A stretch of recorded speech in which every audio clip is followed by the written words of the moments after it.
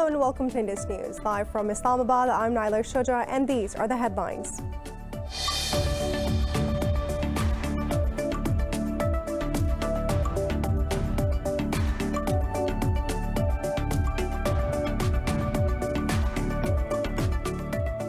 Pakistan's Prime Minister Imran Khan has warned of a strict coronavirus lockdown in the country if people do not follow precautions. In an address to the nation, Khan said the ongoing third wave is extremely dangerous than the last two. Meanwhile, the third wave of the virus has dampened Easter celebrations across the world as countries witness record deaths and cases. Globally, there are more than 2.8 million deaths and over 130 million infections.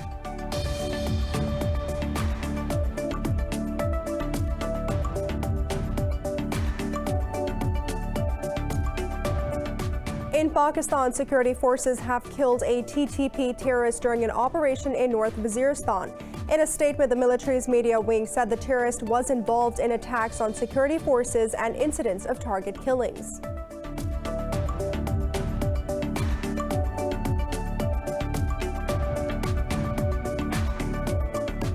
Jordan's deputy prime minister has accused former Crown Prince Hamza bin Hussein of conspiring with foreign elements to destabilize the country. Ayman Safadi said Hamza has been placed under investigation, while 14 to 16 people have been arrested over the malicious plot. The half-brother of King Abdullah bin al-Hussein said that he accused the country's leadership of corruption and incompetence. He denies any wrongdoing.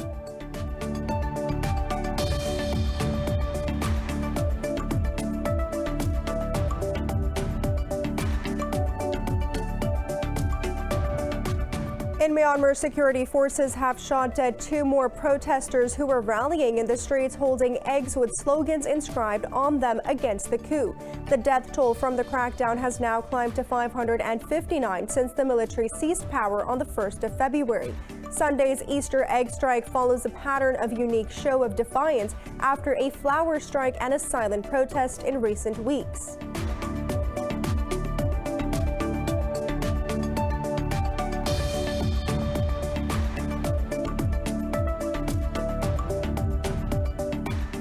Over 50 people have died after flash floods triggered by heavy rain swept through eastern Indonesia and neighboring East Timor. The deluge and subsequent landslides caused dams to overflow, submerging thousands of houses and leaving rescue workers struggling to reach survivors.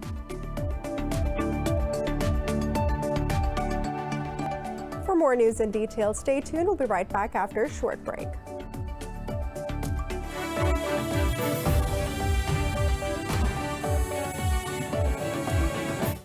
Welcome back. Pakistan's Prime Minister Imran Khan has warned of a strict coronavirus lockdown in the country if people do not follow precautions. In an address to the nation, Khan said the ongoing third wave is extremely dangerous than the last two. He added that no one could predict with certainty how far the third virus would go as infections continue to rise. Authorities have banned interprovincial transport on weekends until the 25th of April. Pakistan has so far recorded 14,778 deaths and nearly 688,000 infections. Infections since the first case was detected in February last year. A vaccination drive is currently underway to inoculate people above 50 years of age. India has reported 513 COVID-19 deaths and over 93,000 infections, the highest since mid-September. Globally, the virus has claimed more than 2.84 million and infected over 130 million people. More in this report. The third wave of the COVID-19 has dampened the world's Easter celebrations as many regions witnessed record deaths and cases. But Britain has reached another milestone with 5 million now, having had both doses in what is the fastest rollout in Europe. Meanwhile, EU authorities continue to struggle with vaccine rollout and protest. In Germany, several thousand people took to the streets in Stuttgart to protest the government's handling of the pandemic. Face mask requirements and social distancing rules were mostly ignored, but police said a decision was taken to let the demonstration go ahead. We push the people even more together with every intervention by the police. That is counterproductive. So we didn't like what we saw, but it was a better decision for today. to let the demonstration go ahead. Over in the America, Brazil hopes to use veterinary facilities to increase COVID-19 vaccine output as the country accounts for the world's worst daily death tolls and its vaccination efforts lag. The country has registered nearly 2,000 deaths in a day, pushing the toll to over 330,000. Argentina's authorities say President Alberto Fernandez, who contracted the disease, is in generally good health despite having suffered a headache and light fever. The U.S. has put Johnson & Johnson in charge of a plant that ruined 15 million doses of its vaccine and has stopped AstraZeneca from using the facility. Also, the country has set a new record by administering more than 4 million doses of vaccine over the past day. More than 161 million doses have now been given to a U.S. population of around 330 million. Pakistan says India should restore the special status of Kashmir if it wants to resume trade between the two countries. At a press briefing, Foreign Minister Shah Mahmood Qureshi reiterated that India should step forward to resolve outstanding issues. He said Pakistan has never refused to engage in dialogue with India on all issues for peace in the region. Speaking on Afghanistan, he said the international community is appreciative of Pakistan's effort for sustainable peace in the country. He added that Pakistan will continue facilitating the peace process in Afghanistan. The Indian troops have arrested 10 civilians in occupied Jammu and Kashmir's Pulwama district. The people were detained during a so-called cordon and search operation in the Kapura area of the district. The arrests come after the killings of 3 youths during a violent search operation in the same district. So far, more than 14,000 people have been arrested since New Delhi revoked this valley's special status on the 5th of August 2019. Meanwhile, a major fire that broke out in the market in the northern Baramulla district has gutted at least 25 shops. The cause of the fire is not yet known. In Pakistan, security forces have killed a TTP terrorist in the operation in North Waziristan. The military's media wing said the security forces carried out the operation on the reported presence of terrorists. It added that the terrorist was involved in attacks on security forces and target killings. The militant also carried out extortion and planted improvised explosive devices. This comes a day after security forces killed a TTP terrorist in a similar operation in North Waziristan.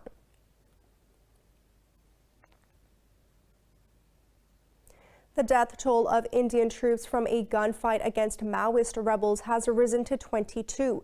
Police said 30 others were injured in one of the deadliest attacks. They said the forces were ambushed for returning from a search operation in Bijapur district of the central Chhattisgarh state. State media said 20 security personnel were missing after the engagement. The Maoists claim to defend the rights of indigenous tribes, while India calls them an internal security threat. The rebels have been fighting the Indian government for more than 40 years in a conflict that has killed tens of thousands of people.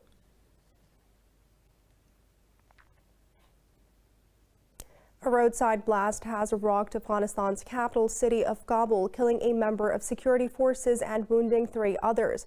Police say the army personnel were targeted during an attack on their vehicle in the Bahman district. No group has claimed responsibility for the attack. The recent surge in violence comes ahead of the Afghan Peace Conference scheduled to be held in Turkey later this month. Jordan's deputy prime minister has accused former Crown Prince Hamza bin Hussein of conspiring with foreign elements to destabilize the country. Iman Safadi said Hamza has been placed under investigation, while 14 to 16 people have been arrested over the malicious plot. The half-brother of King Abdullah bin al-Hussein has accused the country's leadership of corruption and incompetence. He denies any wrongdoing, saying he was not part of any foreign conspiracy. Earlier, the military told the prince to halt actions targeting security and stability of the country. Meanwhile, the U.S. and regional powers, including several Arab countries, have voiced support for King Abdullah. The Organization of Islamic Cooperation has also stressed that it stands by the King of Jordan. In Myanmar, security forces have shot dead 2 more protesters who were rallying in the streets holding eggs with slogans inscribed on them against the coup. The death toll from the crackdown has now climbed to 559 since the military seized power on the 1st of February. The Easter egg strike follows a pattern of unique show of defiance after a flower strike and a silent protest in recent weeks. With most of the internet access cut by the junta, it is becoming difficult for people in Myanmar to organize protests. The military also issued arrest warrants for nearly 40 celebrities known for their opposition to the coup. But hundreds of people continued protest across the country. Earlier, as many as 10 Burmese rebel groups professed support for the anti-coup movement.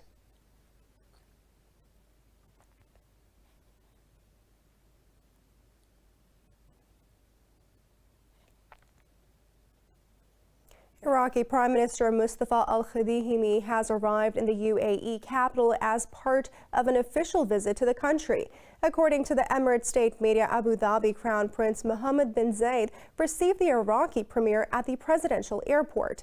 The two tackled ways to enhance bilateral relations in various fields in the best interests of their countries. They also discussed regional and international issues of mutual interest. Sheikh Mohammed and the Iraqi premier exchanged views regarding a number of issues, along with the latest regional developments. Al-Kadhimi's visit to the UAE comes after his trip to Saudi Arabia last week, in which Riyadh vowed to increase investments in Iraq up to by $2.6 billion.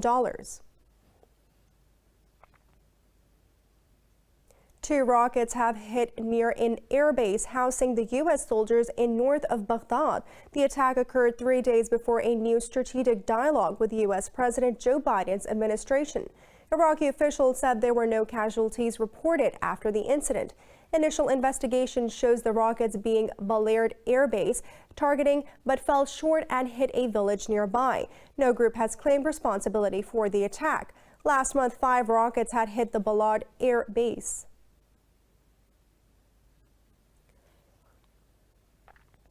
Ethiopia says Eritrean forces have started withdrawing from the northern Tigray region. This comes 2 days after the G7 countries called for a swift and unconditional withdrawal of the Eritrean soldiers. In a statement, the Ethiopian Foreign Ministry said the G7 foreign ministers had not recognized steps taken to address the needs of the region. It said the Ethiopian National Defense Force has taken over the charge of guarding the national border. For months, Addis Ababa and Asmara denied the presence of Eritrean troops despite dozens of eyewitness accounts. Last month, Ethiopian Prime Minister Abiy Ahmed had acknowledged their presence following rising international pressure. The conflict, which began in November last year, has already killed thousands and forced several to flee to their homes. 10 people have been killed in a suicide attack at a makeshift kiosk near government building in the Somali capital of Mogadishu. An information ministry spokesperson said a number of people were also wounded in the attack. Witnesses say the bomber walked into a crowd who were drinking tea in an open area near a police station. The government spokesperson said a police station or a government ministry located near the scene could be the target. However, he said the motive of the attack is not yet known. This comes hours after al-Shabaab militants attacked 2 military bases on the outside of the city, killing 9 people.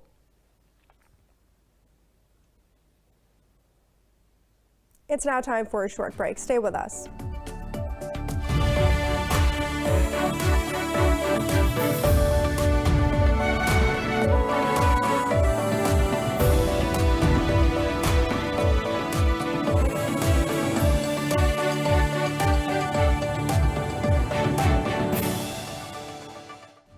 Welcome back. Ukraine says its soldier has died in an explosive near Russian-backed separatist de facto capital Donetsk.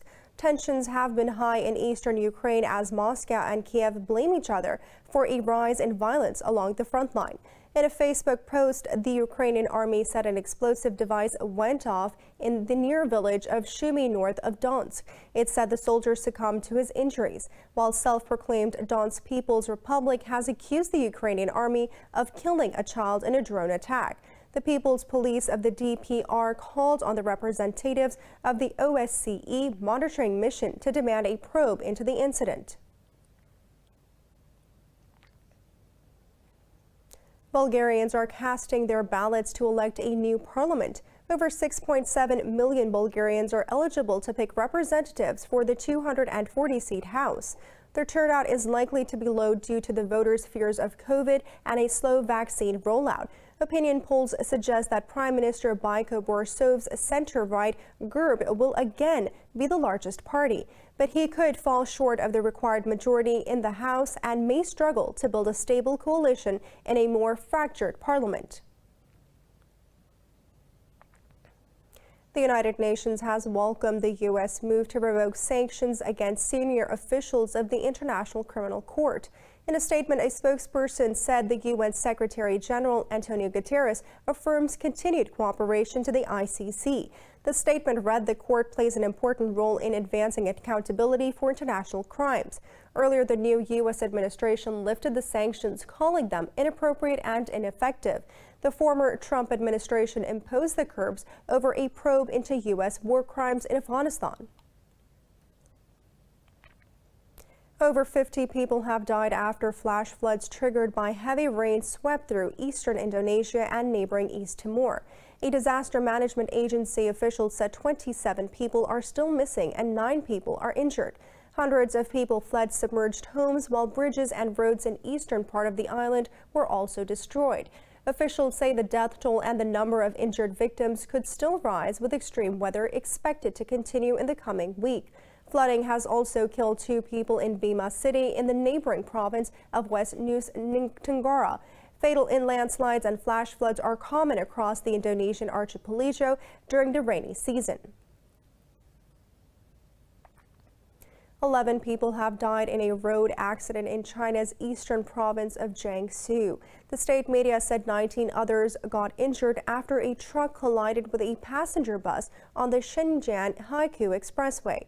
It said the truck rammed through the road divider and crashed into the bus, causing it to overturn. Consequently, 2 more trucks in line ended up in a rear-end collision. It added the truck was not overloaded when the accident took place, but investigation is underway.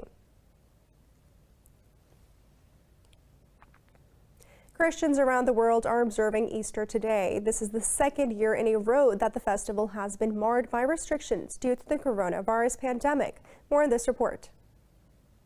In Vatican City, Pope Francis led a scaled-down Easter Vigil service, attended by only around 200 people. He expressed hope that the dark times of the pandemic would end and people could rediscover the grace of everyday life. In his homily, the Pope said, Easter brings the hope for renewal on a personal as well as a global level.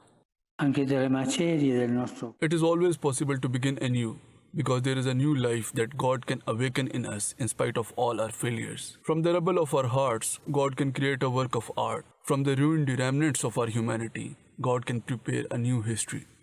Meanwhile, in Pakistan also, the Christian community is celebrating Easter while observing the COVID-19 SOPs. In a tweet, Prime Minister Imran Khan wished the Christian community in Pakistan a happy Easter.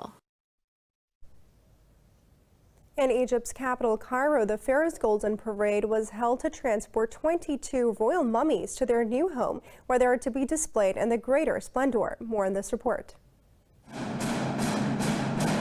In a highly sumptuous event, the ancient rulers of Egypt were relocated to a new residing place under strict security arrangements and protocol. The Pharaohs' Golden Parade featured 22 royal mummies, which were placed in protected capsules and carried across Cairo on special vehicles. The mummies of 18 kings and 4 queens, mostly from the New Kingdom, were shifted from the Egyptian Museum in Tahrir to the National Egyptian Museum of Civilization in Fustat, located 5 kilometers away. They were received at the museum with a 21-gun salute. Egypt's President Abdel Fattah al-Sisi stood by as the mummies filed past on vehicles bedecked with golden motifs. The heads of the UN's Culture Agency, UNESCO, and the World Tourism Organization also attended the ceremony. The elaborate event was designed with the intent to expand interest in Egypt's rich collections of antiquities. The country's tourism has been severely affected amid the ongoing pandemic.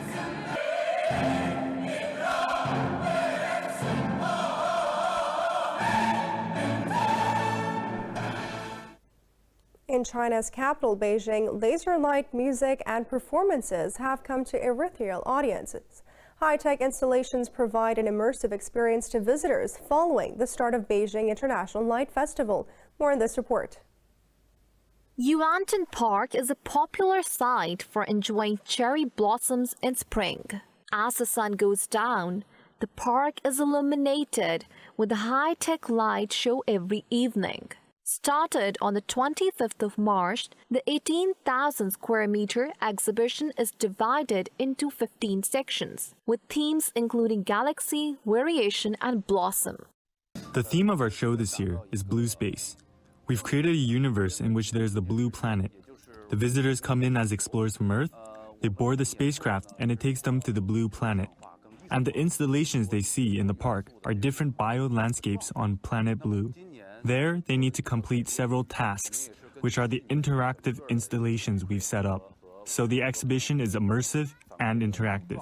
Every day at the park, nature's beauty is highlighted with little help from technology. The whimsical night scene uses 19 different types of lighting equipment, including over 12,000 point source lights and 2-kilometer LED light bands.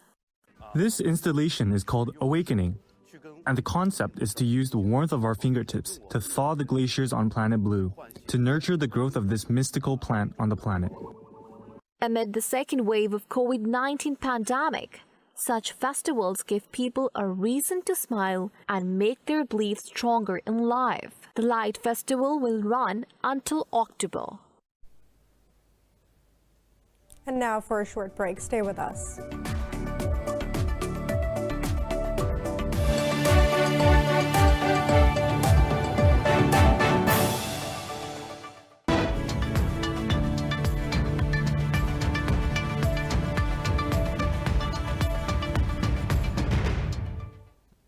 Welcome back. France's public deficit is set to touch 9% of gross domestic product this year as the country enters its third coronavirus lockdown. The change follows a downward revision of the country's growth forecast from 6 to 5% this year. In an interview, Finance Minister Bruno Le Maire said that France's public debt was set to reach nearly 121% of the GDP. He termed the new forecast prudent, saying the country will soon be able to bounce back.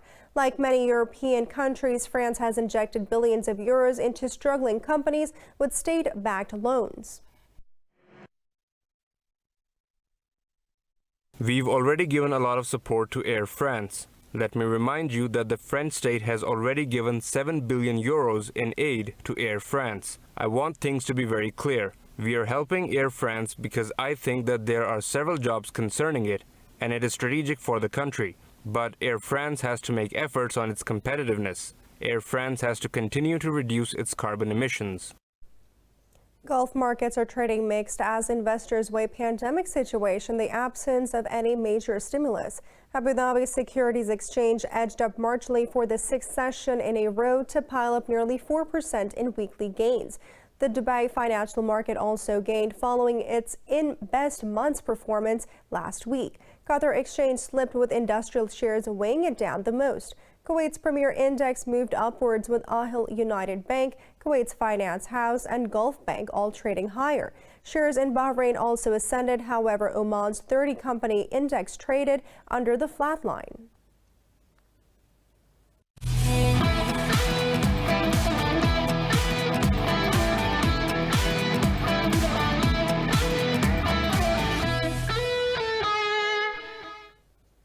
In National Basketball Association, Tobias Harris scored 32 points as Philadelphia's 76ers beat Minnesota Timberwolves 122-113.